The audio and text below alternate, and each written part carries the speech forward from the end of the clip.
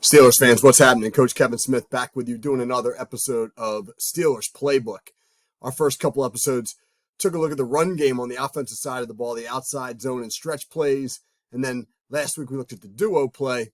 And this week we're going to turn our attention to the opposite side of the ball and look at how the Steelers try to stop the run, specifically out of their base 3-4 defense. This feature is going to be on run fits in the 3-4. We're going to look at the scheme. We're going to look at some video of how the Steelers do it. Let's get right to it. All right, here in the video, we see a traditional diagram of a 3-4 defense drawn up against a 21 personnel offense. That's two backs and one tight end. The Steelers use the 3-4 against heavier personnel looks from opposing offenses. When opposing offenses go into their spread stuff or in passing situations, the Steelers will get out of the 3-4. They call it their base. It's been their base since 1982, but they no longer play it on a majority of downs. Last year, they played it on around 38% of their snaps. They're usually in some kind of a sub package, 2-4-5. That nickel is the look they play more than anything else. But for today, man, we're going to focus right here on the base 3-4. If you look at the personnel, it starts with three big linemen up front. Generally speaking, they're in head-up techniques. That means they're on the nose of the player in front of them. The nose guard, he's what we call in a 0 on the head of the center, and the ends are in 4 techniques. They're on the heads of the tackles. By the way, on my Twitter page this week, at Coach's Call Sheet, I did a breakdown of how all the techniques are labeled and why they call them certain techniques. What's a 1 technique and a 3 versus a 0 or a 2-eye. If you ever had any questions about that, check that out on my Coach's Call Sheet Twitter page. It explains it all for you. So the Steelers, generally speaking, will play their base 3-4 in head-up techniques with their 3 interior players. They have then a jack and a Sam. The Sam lines up in a shade on the tight end. That's called a 9 tech. That's usually TJ Watt. And then the jack is a little bit of the bigger guy. Right now, that's Alex Highsmith. Think Lamar Woodley. Think James Harrison. Traditional jackbackers in Pittsburgh. A little more bigger and physical. And they'll play as an outside shade, like a ghost on a tight end there. And sometimes they'll reduce down as a 5 technique to the outside shoulder of the tackle. Then you got, in this diagram, labeled as a Mike and a Will in Pittsburgh, that's the Mac and the Buck. All right, the Buck would be where the Mike is. That's your downhill banger. The Mac would be your off-ball guy. So in Pittsburgh, Landon Roberts is going to be your Buck. And Patrick Queen this year is going to be your Mac. Really excited to see that work. The Steelers generally don't play too high in their 3-4. They'll drop. See that strong safety there? He'll generally drop down in the alley. I mean, this guy in Pittsburgh is predominantly playing down here, this strong safety. He's predominantly playing in the alley. He fits the run right in here. Right, so if we, I'm going to get to your run fits in a minute, but you'll generally see the free safety work over here, and the Steelers will play like a cover 3 scheme behind it with the corners and the safety playing deep thirds, and then the Mike and the Will in your hook corner zone, and then you've got a strong safety drop into the flat, and then your jack backer or an end or some kind of game going on to drop to the flat on the other side. The big reason the Steelers get into the 3-4 is because they want to stop the run. It's a run-down defense against bigger personnel. So the key here is being able to get into good run fits. All right, what's a run fit? A run fit is the gap to which each defender is assigned. And in a traditional 3-4, the run fits will work as follows. So this shows a strong side run play aiming at the B gap. You see the tailback there. He's headed to the B gap, which is the gap in between the right guard and right center. This is the strong side because it's the 2 receiver side. You got a tight end and a Z to the right of the formation there. So strong side run into the B gap. In that instance, the nose will play into the strong side A gap. The end will pinch down into the B. And then your Sam will be in what's called a cage technique. A cage technique, if you look at the Sam backer right here, okay, he is making sure that nothing gets outside of him. He's trying to squeeze the run back inside of him, cage it inside of him. He doesn't want anything to bounce out wide here because there's less run support out in that area. So the Sam will cage it, and that'll allow the Mike backer, or in Pittsburgh, the Buck, to play inside out from the A to the C gap. So he's going to check the A gap first, and then with the end pinching into B, he'll most likely scrape over top and clean up that C gap. And then you see the strong safeties fit. Here he comes down into the alley looking for anything that bounces. Corner's got to be the last man, the contained man on the outside. Nothing gets outside the corner. And then on your backside, you've got the backside end working in down into the backside B gap. The jack looking to cage and then pursue as well. And then your will backer, he's the guy who makes a lot of tackles here. Your will, or in Pittsburgh, your Mac. He's going to check the backside A gap for any cutback, right? If everything's clogged up on the front side, the back will wind it back, especially if it's a zone run.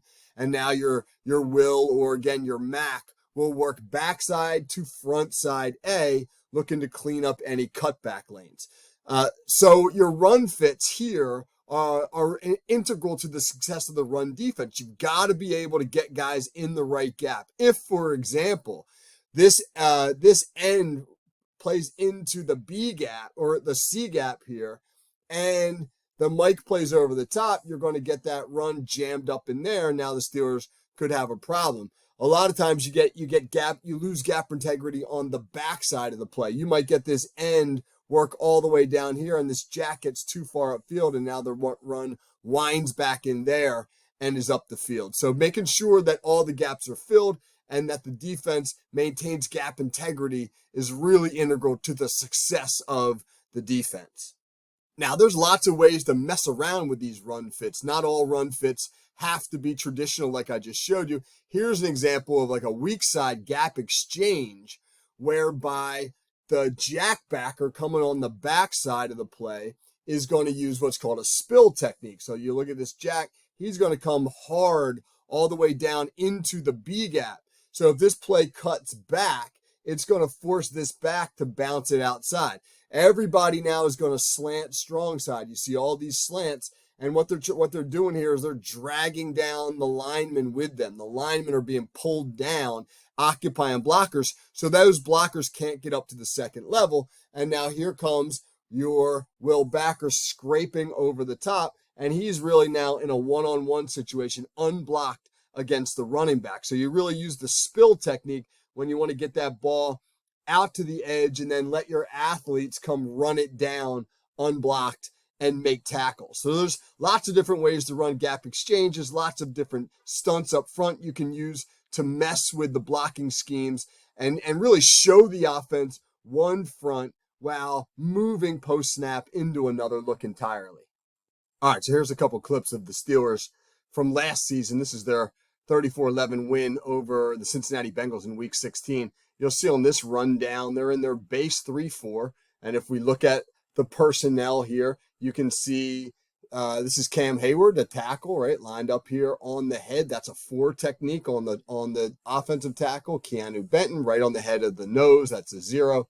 Isaiah Loudermilk on the head of the tackle back here. That's a 4. Here's Alex Highsmith. He's actually not Cincinnati's in a double wing formation. It's a compressed set. So Highsmith is actually now head up on the tight end. That's called a 7. Oddly, that's called a 7 technique. And now on the backside, you see TJ Watt. He's in the traditional 9 on the outside shoulder here. Really the force player with Highsmith playing a head up technique. The force player is going to be right here. This is safety Eric Rowe walked up in the alley. So any run off tackle here, Rowe's got to come be your force. And that's what's going to happen here. This is going to be an old school power run by Cincinnati. They're going to down block and back block, and they're going to motion around here. Then he's going to come and lead up on the linebacker, and now the backside guard's going to come and kick Rowe. Watch the great job that Rowe does fitting the run. Again, he's got a cage technique here, so it's his job to make sure that he forces everything right back inside, and that's exactly what he does on this run. There's the motion, run fits, boom, Rowe forces it inside, and downhill comes Mark Robinson, the linebacker, over the top. Now, you watch Robinson on this play, right, and he's going to be able to get over the top here using his speed and quickness from the backside. Really nicely done by him. But again, his job, right, here's Robinson coming down here. His job is made easier by the fact that Landon Roberts steps up here to absorb the lead block. And now that allows that backside backer to run free. And then Rowe, by taking on the pulling guard, forces the running back to cut inside. If Rowe lets this thing go wide and out around him, the Steelers have a problem. So obviously, excellent job by the complementary players here, allowing Robinson to come downhill and make a beautiful tackle.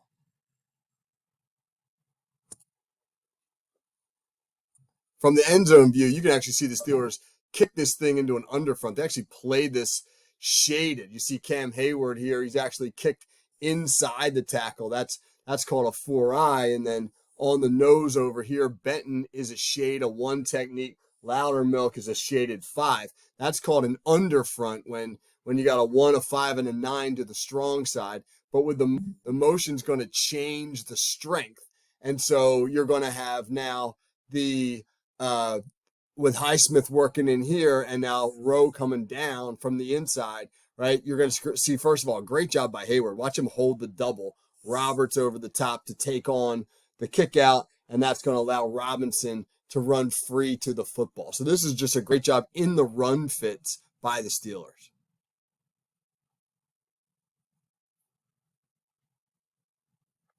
So I mentioned before how you can mess around with the fits by running slants, games up front, gap exchange stunts. And here's an example of one right here. Watch how the whole front is going to slant here. You're going to see everybody slant to the strong side of Cincinnati's formation. And now Alex Highsmith on the edge, he's going to use what's called a spill technique. And that spill technique is when he comes hard down inside, and he's going to force the back who's heading here to bounce it wide. And really what that's going to do is that's going to take him into an unblocked linebacker. This is Miles Jack, and Jack's going to come over the top here. This is not a great job by Jack. If you watch Jack, he really kind of delays a little too much. He kind of bounces inside a little too long, gets himself caught up in there rather than just going. He should really stop this play cold, but he's going to miss the tackle. It's going to turn into a gain of a couple yards as the safety plays off it. You see Jack bounce. He's got to be gone already. You know, he kind of bounced in place back here a little bit.